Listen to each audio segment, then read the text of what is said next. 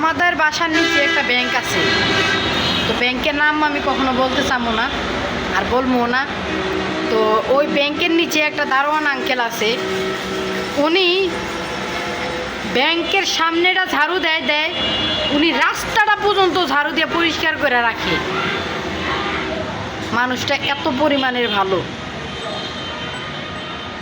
তো আমি যখনই বারান্দার থেকে ওনারে দেখি আমার কাছে এতটা ভালো লাগে বলার বাইরে।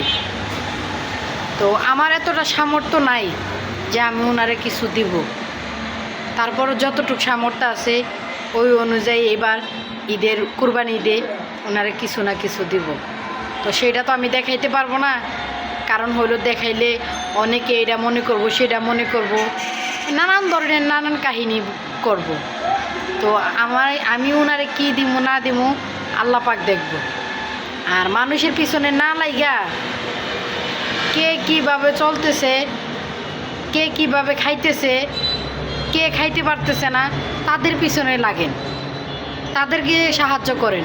ওই যে মানুষের সংসারের পিছনে লাগেন না, যে একজনের সংসার ভাঙবেন, ভাঙিয়া নিজে করবেন, বা একজনে কেমনে চলতেছে ভালো চলতেছে তারে কিভাবে খারাপ চলান যায় এগুলা করেন না। এগুলা কইরা কেউ ভালো থাকতে পারে না।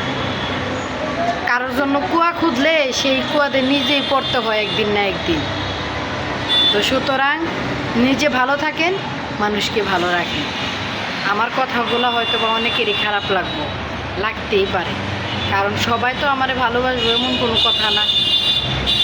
কেউ না তো আমারে খারাপ ভাববো, তাতে কিছু করার নাই।